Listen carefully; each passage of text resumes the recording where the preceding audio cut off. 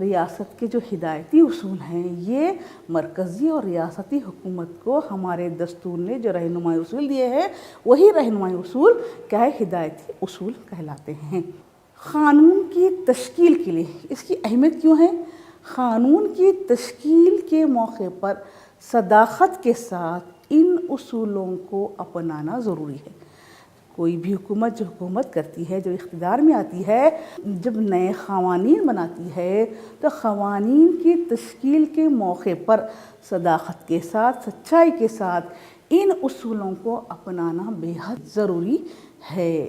آزادی، یکسانیت، بھائی چارگی کی تقویت کو حاصل کرنے کے لیے اور خوشحال ریاست کے قیام کے لیے یہ رہنمائی اصول بہت اہمیت رکھتے ہیں۔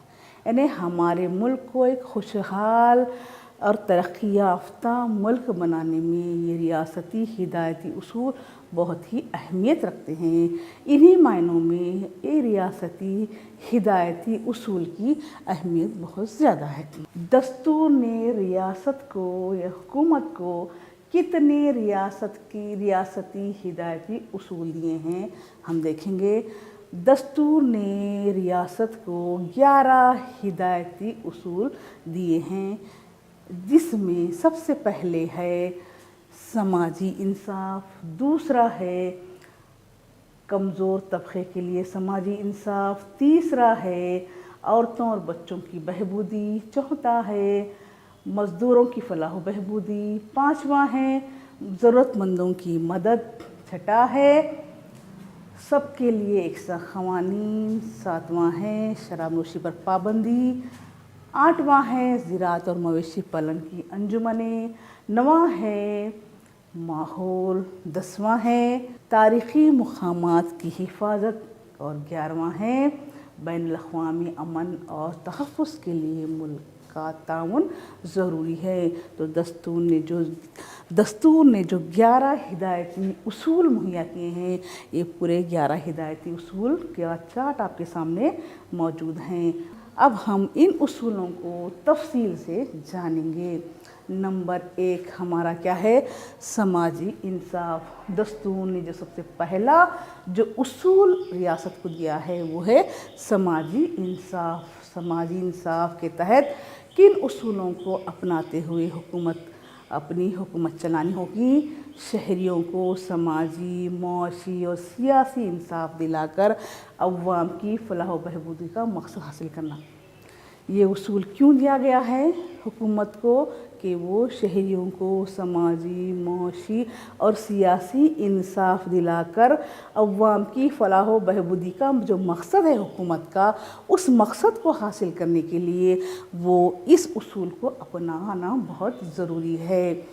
دوسرا ہمارا جو مقصد ہے، دستور نے جو حکومت کو جو دوسرا مقصد دیا ہے وہ ہے کمزور طبقے کے لیے سماجی انصاف۔ اس اصول کے تحت حکومت کمزور طبقات کو گزر معاش فراہم کرنا۔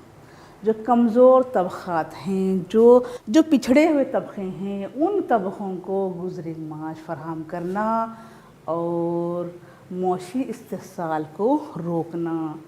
دوسرے اصول کا مقصد کیا ہے؟ جو معاشی استحصال ہوتا ہے، بچوں سے کام کروانا اور عورتوں سے زیادہ کام کرا کے کم تنخواہ دینا، اس اصول کا مقصد ہے کہ وہ ان معاشی استحصال کو روک سکے۔ اور تعلیمی امداد فراہم کرنا اور مفت قانونی امداد فراہم کرنا۔ اس اصول کے تحت حکومت پر یہ پابندی لاگو ہوتی ہے کہ وہ عوام کو تعلیمی امداد فراہم کرنا اور مفت قانونی امداد بھی فراہم کرنا۔ وہ عوام کو مفت تعلیم کے ساتھ ساتھ مفت قانونی امداد بھی فراہم کرنا۔ اس اصول کے تحت ہی یہ چیزیں آتی ہیں اور حکومت ان اصولوں کے تحت ہی اپنی حکومت چلاتی ہے۔ ہمارا تیسرا جو اصول ہے وہ ہے عورتوں اور بچوں کی بہبودی۔ عورتوں اور بچوں کی فلاح و بہبودی کے تحت کام کرتی ہے۔ ایک ہی طرح کے کاموں کے لیے مردوں کے برابر عورتوں کو اجرت دینا۔ اس اصول کے تحت حکومت یہ طے کرتی ہے کہ مرد اور عورت دونوں برابر ہیں اور دونوں کو ایک ہی طرح کا کام کرنے کے بعد ایک ہی طرح کی اجرت دینا یہ اس اصول کے تحت طے پاتا ہے۔ دیکھیے کیونکہ مرد اور عورت دونوں برابر ہیں، دونوں کو برابر حقوق حاصل ہے اور دونوں برابر کام کرتے ہیں تو انہیں برابر اجرت بھی دینا ضروری ہے۔ تو اس اصول کے مد نظر، اس اصول کے تحت ہی حکومت کیا کرتی ہے؟ تنخواہیں اجرت طے کرتی ہے، جس میں عورتوں اور بچوں کو سہولیات پہنچانے کے لیے زچگی کی سہولیات فراہم کرنا، عورتوں کے لیے جو زچگی کے وقت جو مشکلات کا سامنا ہوتا ہے، جن مشکلات سے عورتیں گزرتی ہیں، جن کے صحت کا معاملہ ہوتا ہے، ان کے آنے والی زندگی کا معاملہ ہوتا ہے، تو اس وقت زچگی کے وقت کی سہولیات فراہم کرنا بھی اس اصول کے تحت حکومت اپنا کام کرتی ہے۔ دیکھیے ماں بننا ایک سب سے بڑا خواب ہوتا ہے عورت کا، تو اس کو آپ کو شرمندہ تعبیر کرنے کے لیے ہماری حکومتیں کام کرتی ہیں، اسی اصول کے تحت زچگی کی سہولیات فراہم کرتی ہیں، جیسے اور بچوں کے استحصال کو روکنا، بچوں کے استحصال پر جیسے چھوٹے بچوں سے کام کرا کر انہیں کم پیسے دے کر زیادہ ان سے کام لینا، یا پھر چھوٹے بچوں کو ان کا جو بنیادی حق ہے تعلیم حاصل کرنا 14 سال تک، اس حق کو چھین کر ان سے کام کرانا، اس کو بھی روکنا یہ ہماری حکومت کی ذمہ داری ہے۔ تو ہماری حکومت اس اصول کے تحت بچوں کے استحصال کو روکتی ہے۔ اور دیکھیے بچوں کی صحت مند نشوونما صحت کے لیے بھی ہماری حکومت کام کرتی ہے، یعنی ان اصولوں کے تحت ہی ہماری حکومتیں کیا کرتی ہیں؟ بچوں کی صحت مند نشوونما کے لیے بھی ہماری حکومتیں کام کرتی ہیں۔ ان اصولوں کے مد نظر ہی یہ ہماری حکومتوں کی ذمہ داری ہے کہ وہ بچوں کی صحت اور ان کی نشوونما پر دھیان دے، جس کے تحت ہماری حکومتیں کئی اسکیم چلاتی ہیں جس میں بچوں کی صحت پر دھیان دیا جاتا ہے۔ جیسے زچگی کے وقت عورتوں کو سہولتیں دی جاتی ہیں، اسی طرح بچوں کی صحت کے خاطر ہی کئی طرح کے ہمارے پاس اسکیمات چلائے جاتے ہیں، کیونکہ حکومت یہ بخوبی جانتی ہے کہ ایک صحت مند جسم میں ہی ایک صحت مند دماغ ہوتا ہے، a sound mind in a sound body، کیونکہ آج کا بچہ کل کا شہری ہے، اور کل کا شہری ہی کیا ہے؟ ہمارے ملک کا آنے والا ایک لیڈر ہو سکتا ہے۔ تو ان اصولوں کے تحت ہی ہماری حکومتیں کیا ہے؟ بچوں کا تحفظ کرتی ہے، ان کے صحت اور ان کی نشوونما پر دھیان رکھتی ہے، کیونکہ دستور نے یہ اصول حکومتوں کو دیے ہیں۔ یہ حکومتوں کی ذمہ داری ہے کہ وہ بچوں کی صحت اور ان کی تندرستی کی حفاظت کرے اور ان کی نشوونما کرے۔ دیکھیے اور بچوں کو مفت لازمی تعلیم کے موقع فراہم کرنے کی ذمہ داری بھی حکومت کی ہے۔ اس کے لیے ریاست اور مرکزی حکومتیں دونوں مل کر مفت لازمی تعلیم کے موقع فراہم کرتی ہیں۔ جس طرح سے زچگی کے وقت عورتوں کو جو سہولیاتیں دی جاتی ہیں، اسی طرح سے بچوں کو مفت لازمی تعلیم کے موقع فراہم کرنے کی ذمہ داری بھی حکومتوں کی ہوتی ہے، کیونکہ دستور نے یہ اصول متعین کیے ہیں کہ وہ ان اصولوں کے تحت ہی اپنی حکومت چلائے۔ ہمارا چوتھا جو اصول ہے وہ ہے مزدوروں کی فلاح و بہبودی۔ اب اس اصول کے مد نظر حکومتیں مزدوروں کے مفاد کی نگرانی کرنا ہوگا۔ ہماری حکومتوں کو مزدوروں کے مفاد کی نگرانی کرنے کی بھی ذمہ داری حکومتوں کی ہے۔ مزدوروں کے حقوق و روزگار کے لیے مناسب ماحول فراہم کرنا، کیونکہ جو مزدور طبقہ ہے ان کو مناسب اگر موقع نہیں ملے، مناسب روزگار اور ان کے مزدوروں کے حقوق و روزگار کی حفاظت کرنے کی اگر ذمہ داری حکومت کی نہیں ہوتی تو یہاں پر مزدوروں کا استحصال ہو سکتا تھا۔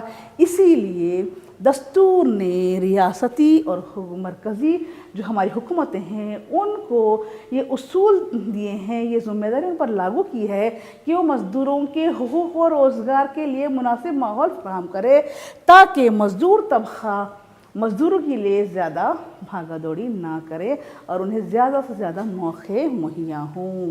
دیکھیے جیسے جو مزدور طبقہ ہے ان کے لیے مناسب ماحول فراہم کرنا بھی یہ حکومت کی ذمہ داری ہے۔ مزدوروں کے لیے مناسب تنخواہ فراہم کرنا، جو مزدور ہیں ان کے جو مناسب تنخواہ ہوتی ہے اس کو بھی فراہم کرنے کی ذمہ داری حکومت کی ہے، ان تنخواہوں کو طے کرنے کی ذمہ داری بھی حکومت کی ہے، اور ان کو انتظامیہ میں حصہ لینے کے موقع فراہم کرنا، یعنی مزدوروں کو انتظامیہ میں حصہ لینے کے موقع فراہم کرنے کی بھی ذمہ داری کس کی ہے؟ ہماری حکومتوں کی ہے، کہ حکومت یہ دیکھے کہ مزدور بھی ہمارے انتظامیہ میں حصہ لے رہے ہیں یا نہیں، کہ وہ ایڈمنسٹریشن میں کس طرح سے اپنا رول ادا کر رہے ہیں، کہ کیوں کہ ہر فرد کا کردار ایک انتظامیہ میں ہونا بے حد ضروری ہے، تبھی جا کر دستور نے جس مقصد کے تحت یہ ہدایت اصول دیے ہیں اس کو حاصل کیا جا سکتا ہے، تبھی ہمارا ملک خوشحال ریاست کے تحت ترقی یافتہ بن سکتا ہے۔ ہمارا 5واں اصول جو دستور نے حکومت کو دیا ہے وہ ہے ضرورت مندوں کی مدد۔ اس اصول کے تحت یہ ریاست، یہ حکومتوں پر یہ ذمہ داری ہے کہ وہ ضرورت مندوں کی مدد کرے، جس میں ضعیف، بیمار، بے روزگار لوگوں کو زندگی بسر کرنے کے لیے سرکاری امداد فراہم کرنا، جیسے ضعیف اور بیمار لوگوں کے لیے جو سہولیاتیں ہو سکتی ہیں وہ سہولتیں فراہم کرنے کی بھی ذمہ داری حکومتوں کو ہے۔ کیونکہ اگر ان کو اس طرح کی سہولتیں اگر نہ دی جائیں تو یہ جو طبقہ ہے، جو ضعیف اور بیمار طبقہ ہے، جو بے روزگار طبقہ ہے، وہ افراتفری کا شکار ہو سکتا ہے۔